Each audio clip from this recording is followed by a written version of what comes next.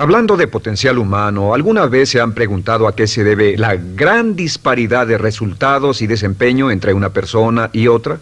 Una persona que percibe $250,000 anuales no es 10 veces más astuta ni mejor que una persona que percibe $25,000 anuales. ¿Por qué la diferencia de 10 veces sus ingresos? Y si tomamos a una persona que percibe $2,5 millones al año, ¿será esa persona 100 veces mejor, más astuta que la persona que gana $250,000?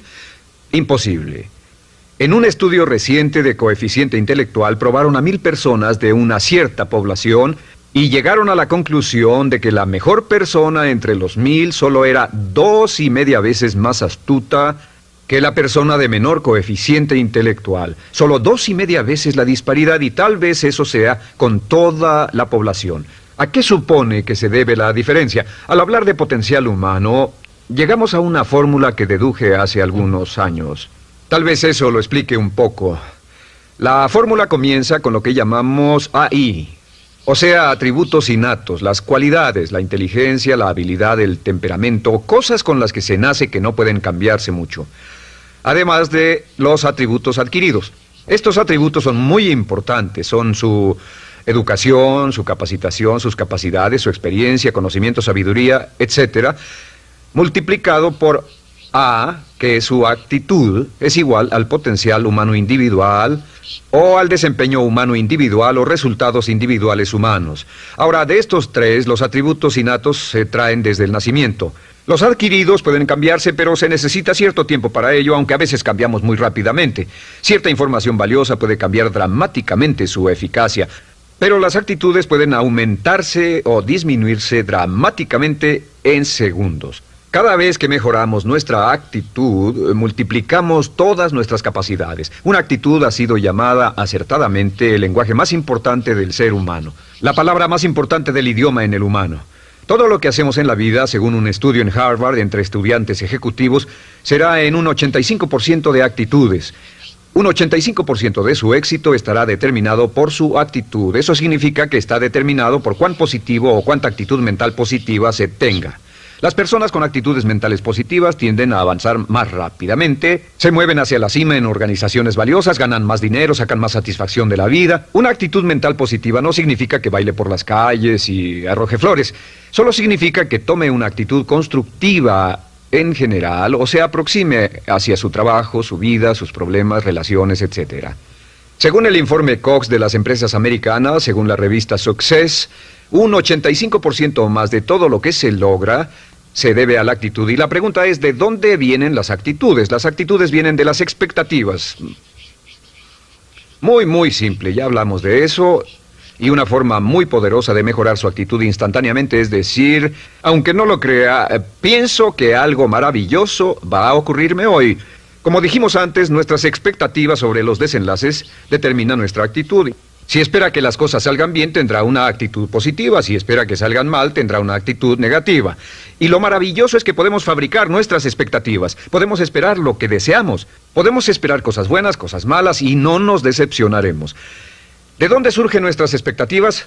Nuestras expectativas surgen de nuestras creencias y de nuestros valores.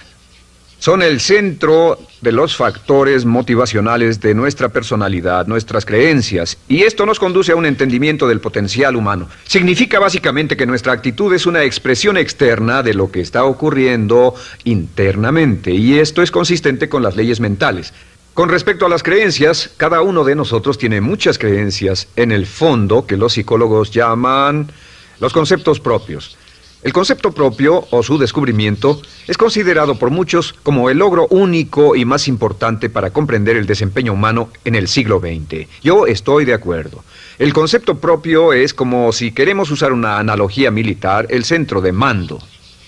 O si queremos usar una analogía técnica, es el programa central de su computadora básica. Es un grupo de creencias, valores, actitudes, sentimientos, ideas, etcétera, almacenadas en el fondo de nosotros y son el resultado de casi todas las experiencias que hemos tenido en la vida.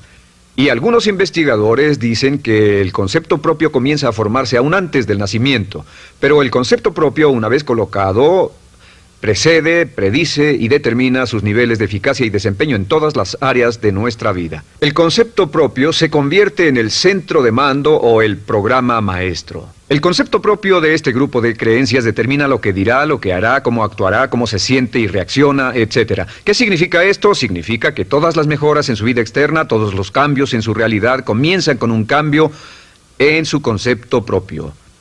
Les voy a explicar lo que significa. Esta es una gráfica muy simple.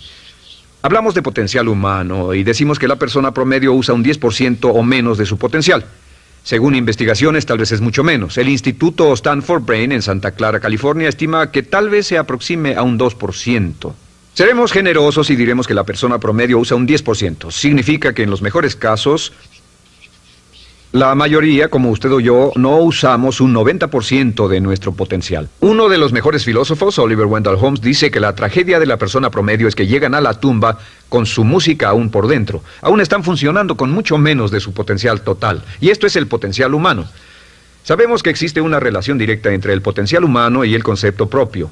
Pero como nuestros conceptos propios o nuestras estimaciones de nosotros mismos generalmente son mucho menores de lo que debieran ser, nuestro nivel de desempeño y eficacia también es menor. Sabemos que nuestro concepto propio es altamente subjetivo.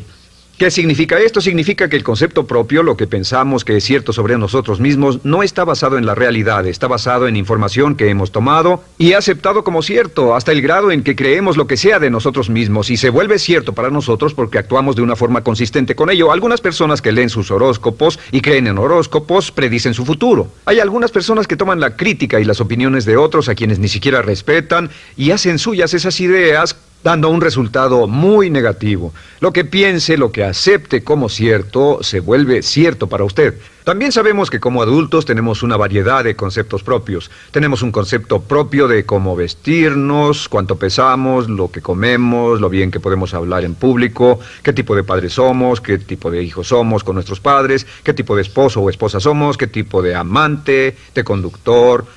Lo interesante de manejar es que todos los hombres tienen un concepto muy positivo con respecto a esto. Las mujeres no entienden esto, pero los hombres nacen con un genio inherente para manejar. Todos los hombres son choferes excelentes. Si no lo creen, todo lo que tienen que hacer las mujeres que están viendo esto es pensar en la última vez que trataron de corregir la forma de conducir de un hombre y recordarán que no obtuvieron buenas respuestas. ¿Cómo respondemos ante alguien que desafía nuestro concepto propio, sugiriendo que no somos las personas que pensamos ser?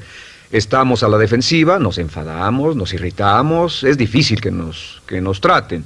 Tenemos un concepto propio de lo creativos que somos, lo inteligentes, lo rápido que leemos, lo bueno que somos en los deportes, y si practicamos una gran variedad de ellos, tenemos un concepto propio para cada uno de ellos. Tenemos un concepto propio de lo bien que cocinamos, de lo bien que educamos a nuestros hijos, de lo bien que limpiamos nuestra casa, los autos que manejamos, etc. Y también de lo que valemos por lo que ganamos. Es muy interesante saber que nunca ganamos más del 10% de nuestro concepto propio en ingresos. Nuestro concepto propio determina nuestro nivel de ingresos. Este nivel de concepto propio se llama zona de confort. Y aunque querramos más dinero, veremos que la tendencia humana natural de todas las actitudes es luchar por lograr entrar a la zona de confort y luego quedarnos ahí.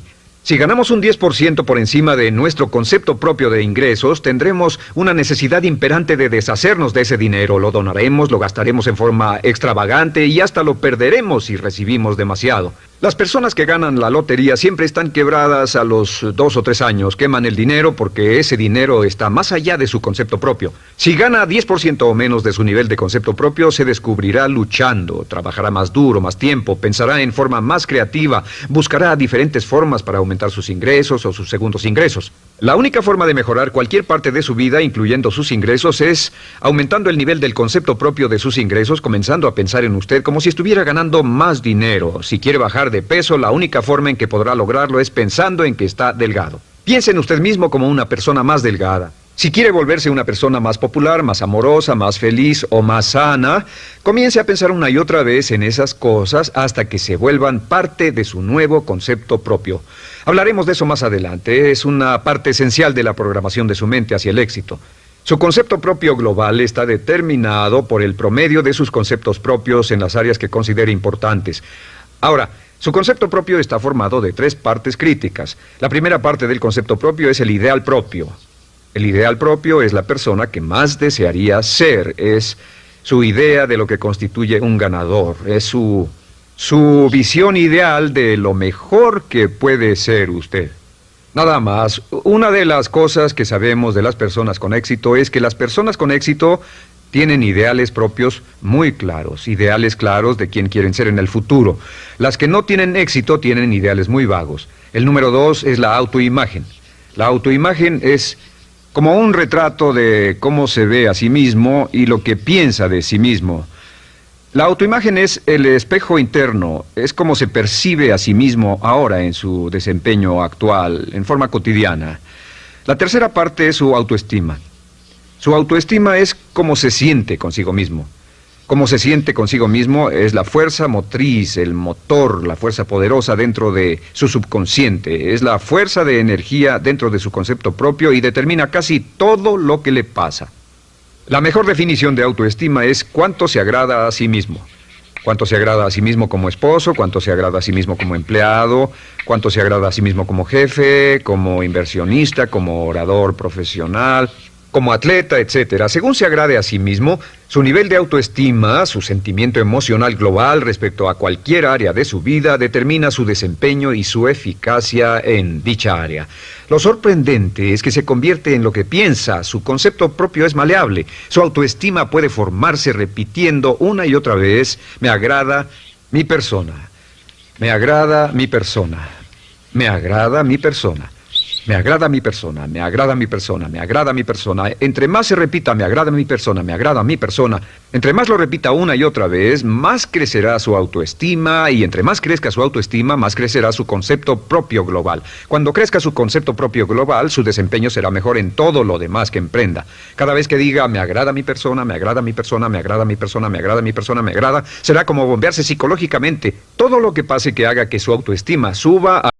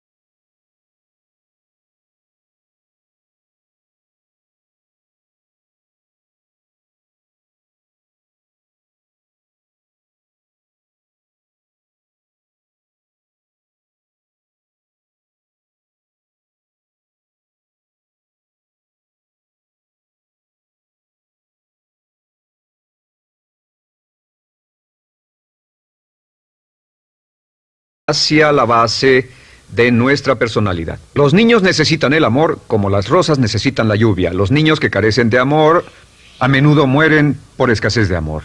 Es una enfermedad llamada marisma. Ahora, ¿qué más sabemos sobre los niños? Sabemos que los niños llegan al mundo con dos atributos notables. El primero es que no sienten temor. Los niños nacen sin temores. No temen a nada excepto a caerse y a los ruidos fuertes. Y esto se expresa en sus actitudes yo puedo.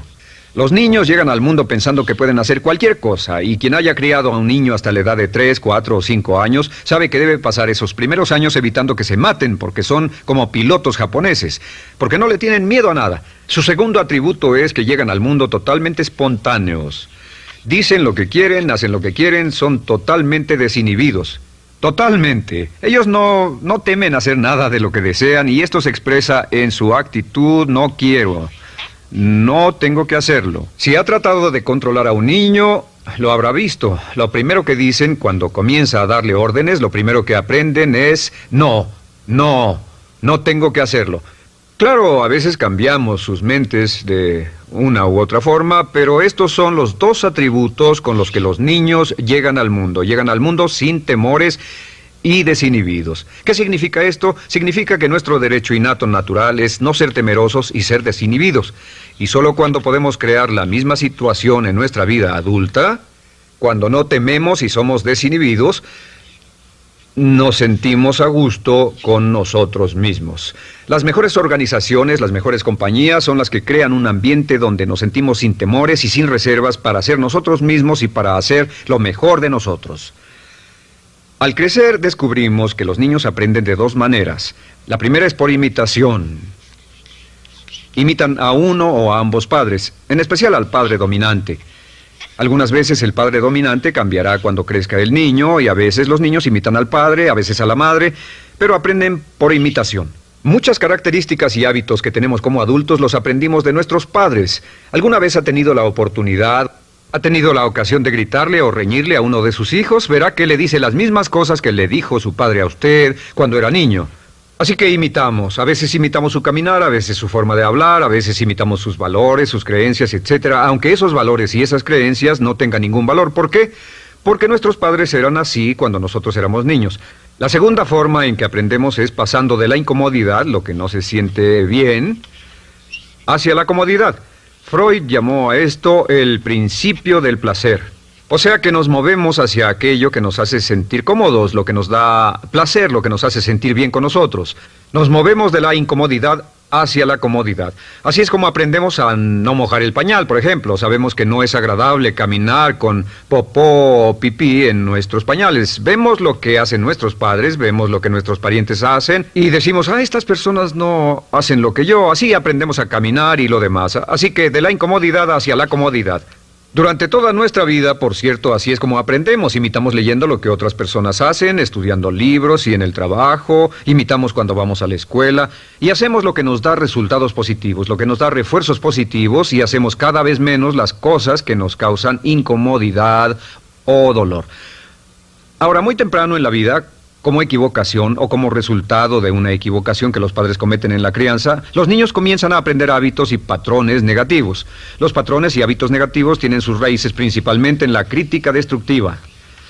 La crítica destructiva comienza muy temprano en la vida, a veces en los primeros meses. Y la crítica destructiva la usan los padres para dirigir y controlar a sus hijos. Desafortunadamente, tiene un efecto muy peligroso y dañino sobre nosotros, ya que la crítica destructiva tiende a minar la integridad de la personalidad del niño. Muchos de nosotros, incluyéndome a mí y a muchos de ustedes, nos hemos visto minados y heridos por la crítica destructiva más que todas las guerras en la historia. Ahora, como resultado de la crítica destructiva, comenzamos a desarrollar hábitos y patrones negativos. Los patrones de hábitos negativos son respuestas condicionadas hacia los estímulos. Los patrones de hábitos negativos se desarrollan en los inicios de la vida. Se desarrollan como resultado de una repetición del temor y el dolor una y otra vez. Se desarrollan como resultado de la crítica destructiva, el castigo físico, etc. En los inicios de la vida comenzamos a desarrollar dos manifestaciones que nos persiguen durante toda nuestra vida y más que ninguna otra cosa inhiben nuestro potencial. La primera es la llamada patrón de hábito negativo inhibido. El patrón de hábito negativo inhibido se aprende cuando al niño le dicen una y otra vez no. Aléjate de ahí, no toques eso, y se le castiga. Cuando el niño intenta algo nuevo, o se involucra con algo, o huele algo, o derrama algo, o rompe algo accidentalmente, el padre estalla y se enfada mucho. Como ven, el niño está impulsado por la curiosidad insaciable de explorar su mundo.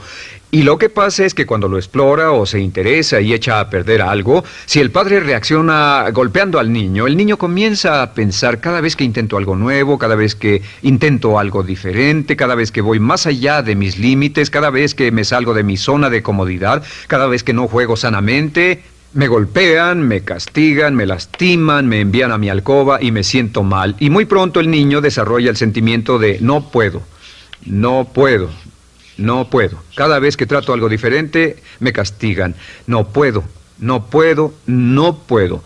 Es como la respuesta de Pavlov. Pavlov sonaba la campana y le daba de comer a un perro, y el perro salivaba y Pavlov alimentaba al perro. Mientras sonaba la campana, el perro salivaba y siguió haciendo eso, y después Pavlov solo sonaba la campana y el perro salivaba.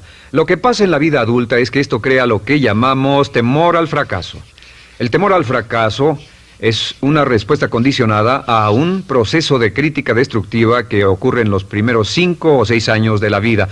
El temor al fracaso automáticamente nos activa, nos sentimos ansiosos, tensos, intranquilos, sentimos presiones y estrés en nuestro plexo solar, sentimos ganas de retirarnos del evento, y el temor al fracaso es la razón principal por los fracasos en la vida adulta. Es la razón principal por la que evitamos cumplir plenamente nuestro potencial. De hecho, todos los patrones de hábitos negativos se experimentan en el cuerpo físico.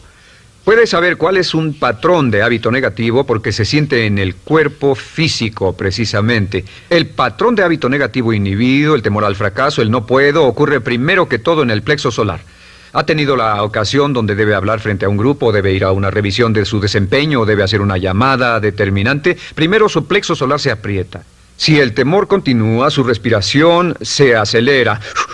Su corazón comienza a latir apresuradamente, su frecuencia respiratoria aumenta y le duele la cabeza como migraña en la parte frontal, su garganta se le cierra y no puede hablar y se le seca la boca por completo, y como se pone tan tenso y asustado, va corriendo al baño. Estas son todas las manifestaciones. No hay peligro físico, pero sí peligro psicológico, una respuesta condicionada. Cuando sentimos estas cosas, la tendencia es retirarse de la situación que las ocasiona, y es la razón por la que no logramos mucho si retrocedemos. Es muy importante. El segundo patrón de hábitos negativos es el compulsivo. El patrón de hábito negativo compulsivo se aprende cuando a los niños se les dice una y otra vez: más vale que lo hagas. Si no lo haces, tendrás problemas o me las pagarás. A los niños se les convierte en recipientes del amor condicionado. Los padres no intentan hacer esto, pero lo que hacen es sugerirle al niño: no te amo, por lo tanto no estás a salvo, a menos y hasta que hagas lo que yo quiero. El niño crece sintiendo: tengo que hacer lo que quiera mi mamá. Debo complacerla, debo complacer a papá, debo complacer a los demás, debo complacer a mis parientes, y a veces debo complacer a mis semejantes, debo complacer a mis maestros, debo complacer a todo el mundo, y crecen con esto: debo. No puedo hacer lo que quiero hacer, debo hacer lo que complace a las demás personas. Este patrón de hábito negativo muy temprano en la vida se traduce en el temor al rechazo. El temor al rechazo lo experimentan los hombres como adultos como un comportamiento tipo A. Hablaremos del comportamiento tipo A posteriormente. El comportamiento tipo A es una necesidad compulsiva o excesivamente compulsiva de complacer de algún modo a alguien sin normas de comportamiento, prácticamente sin pensarlo. El temor al rechazo nos impulsa, nos hace muy sensibles a las necesidades de los demás. Hacemos cosas que otras personas quieren, no hacemos lo que nosotros queremos. Siempre estamos tratando de complacer a los demás, tenemos preocupaciones o nos importan las opiniones, sentimientos y actitudes de otros hasta el punto donde ocultamos nuestras necesidades. El temor al rechazo se siente en la columna del cuerpo. Se divide el cuerpo a la mitad y se siente hacia abajo en la mitad posterior del cuerpo. El primer lugar donde comienza a sentirse el temor al rechazo es generalmente en los hombros y el cuello. Nos sentimos entumidos, duros, tensos. Cuando tenemos mucho que hacer, sentiremos un estrés tremendo en la columna. Los músculos se estiran en la parte posterior. A veces se manifestará como flebitis y venas varicosas y a menudo nos darán dolores de cabeza en la parte posterior de esta porque las arterias carótidas que llevan la sangre hasta la cabeza, los músculos a su alrededor se contraen y la cantidad de sangre que fluye hacia la cabeza fluye más lentamente y se siente un terrible dolor de cabeza en la parte posterior. Estos dos temores, los patrones de hábitos negativos compulsivos, el compulsivo y el inhibitorio, son resultado de la crítica destructiva, el gran destructor de la personalidad que nos persigue durante toda la vida. Y lo maravilloso de todo esto es que como son patrones de hábitos aprendidos, podemos olvidarlos. Podemos acabar con el temor al fracaso que nos detiene. Podemos acabar con el temor al rechazo que hace que hagamos cosas que complacen a los demás en vez de complacernos a nosotros, trabajando con nuestra propia autoestima. Porque existe una relación inversa entre la autoestima y el patrón de hábitos negativos. Porque entre más se agrade a sí mismo, menos teme al fracaso. Entre más se agrade a sí mismo, menos teme al rechazo. Entre más se agrade a sí mismo, menos temerá a cualquier cosa. Y si sigue repitiendo, me agrada mi persona, me agrada mi persona, me agrada mi persona una y otra vez, si sigue diciendo esto, con el tiempo su autoestima sube más y más y más y más y sus temores desde luego bajan. Cuando su autoestima sube, sus temores van en dirección opuesta. Ahora, ¿cómo enfrentar la crítica destructiva si debe criticar a otras personas? Pues eso es muy simple. Muchos padres nos han preguntado eso. ¿Cómo se controla a los niños? Una de las claves para controlar a los niños es dirigirlos para que hagan algo constructivo en lugar de hacer algo destructivo. Otra cosa que debe recordarse es que lo que quiere hacer es que quiere dar una crítica informativa, crítica constructiva, lo que significa que se les dice a los niños lo que pueden hacer o a los adultos lo que pueden hacer mejor. Todo el propósito de dar retroalimentación de cualquier tipo es mejorar el desempeño. Si es padre o si es jefe o si es una persona en una relación, si una persona está haciendo algo malo o inadecuado, todo el propósito de darles cualquier tipo de retroalimentación es para que puedan hacerlo mejor. Sin embargo, existe una relación directa entre la autoestima y la crítica destructiva. Cada vez que se critica a una persona, su autoestima baja. Y cada vez que su autoestima baja, su habilidad para desempeñarse baja. Si critica a una persona en forma destructiva demasiado tiempo, llegará a un punto donde no intentarán nada. Se convierte en lo que llamamos hipersensible. Un adulto hipersensible es aquel que no puede aceptar críticas de nadie. Un adulto hipersensible es una persona que está muy tensa, ansiosa, si siquiera sugiere que no está haciendo lo correcto. Si trata con un adulto hipersensible, la clave es sentarlo y recordar 4 cosas. Número 1, comenzar con alabanzas. Número 2, proteja la autoestima de la persona a toda costa. Número 3, discuta el desempeño y no a la persona. Hable del comportamiento más que de la persona. Y número 4 es enfocarse hacia el futuro en vez de en el pasado. Enfóquese hacia lo que va a hacerse en forma diferente en el futuro en vez de lo que pasó en el pasado. ¿Por qué? Una razón muy simple, porque una persona no puede controlar el pasado. Al no poder controlar el pasado, cualquier crítica de lo que han hecho en el pasado les da un estrés tremendo y frustración. Así que, en resumen, la clave del éxito en la vida es una actitud mental positiva. Una actitud mental positiva se basa en expectativas de éxito, de una serie de expectativas positivas. Esa serie de expectativas positivas se basa en sus creencias y en su concepto de sí mismo. El centro de su concepto propio que determina su eficacia en la vida es su autoestima, y su autoestima se mide por cuanto se valore a sí mismo. Las dos cosas que nos frenan más que nada son el temor al fracaso y el temor al rechazo. Y uno de nuestros secretos centrales de éxito es este: conviértase en un organismo generador de autoestima perpetua. Haga continuamente cosas para usted mismo, hacia sí mismo en su vida, que hagan que se agrade a sí mismo, que se ame, que se acepte, que se respete, que hagan que se sienta fantástico con usted mismo. Si es un jefe o un padre, no olvide que la clave para el máximo desempeño en su hogar y en su trabajo es hacer que las personas se sientan maravillosamente consigo mismas. Entre mejor se sienta consigo mismo y más se agrade, más probable será que logre que las personas a su alrededor lo quieran, lo acepten, lo respeten, se respeten.